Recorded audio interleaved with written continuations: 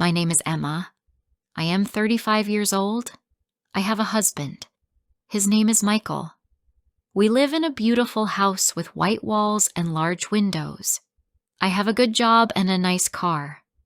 From the outside, my life looks perfect, but inside, it feels like a lie, because I have a secret, a painful secret. I do not love my husband. Michael is a good man. He is kind, gentle, and handsome. He loves me deeply. I can see it in his eyes every single morning. He wakes up early, makes breakfast, and pours my coffee before I even open my eyes.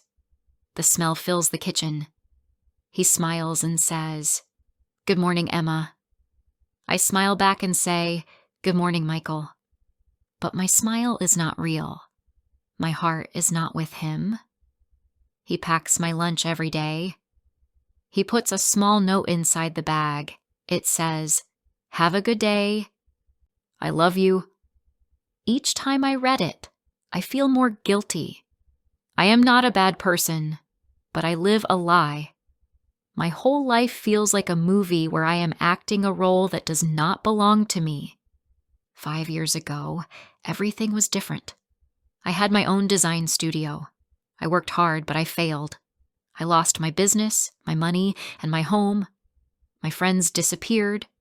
I was alone. I rented a small, dark room and ate cheap food. I felt empty, useless, and hopeless. Then I met Michael. He worked in a small bookstore cafe. It was warm inside, full of the smell of books and coffee. One rainy evening, I went there only to rest. Michael came to my table and said softly, "You look tired. Are you all right?" At first, I did not want to speak, but he was kind. I told him everything about my failure, my loneliness, my fear of starting again. He listened. He did not judge. When I finished, he brought me a cup of coffee and a sandwich. "This is for you," he said. "Please eat." I wanted to cry. I had no money to pay. I said, "I cannot take this." He smiled and said, "It is okay. Sometimes we all need help." After that, I went to that cafe every day. Michael always gave me food and spoke to me with care.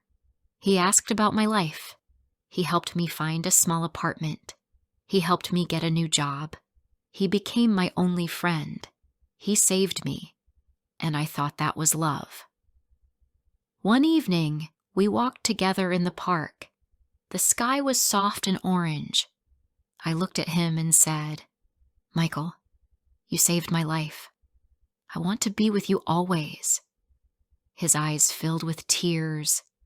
He said, "I want that too." We got married. I thought I was doing the right thing. I thought I could learn to love him, but I was wrong. Now we live in a lovely home. We have good jobs. We have everything people dream about, except love. I feel trapped. His love is strong, but it feels like a cage. Every kind word adds another lock to the door of my heart. Sometimes I sit alone and think, why can I not love this good man? I feel guilty and sad. He thinks we are happy. He does not know the truth inside my heart. Last month was my birthday. When I came home from work, the lights were off. Then suddenly, they turned on and everyone shouted, "Surprise! Happy birthday!" Michael had planned a big party. He hugged me and said, "Happy birthday, my love." Everyone smiled. I smiled too, but inside I felt nothing. A few weeks later, I got sick. I had a fever. Michael stayed home to take care of me. He cooked soup, gave me medicine, and read to me. He was the perfect husband. I felt more guilty than ever. Why can I not love him? What is wrong with me? Last night, we had dinner together. He cooked my favorite meal. The table was full of candles.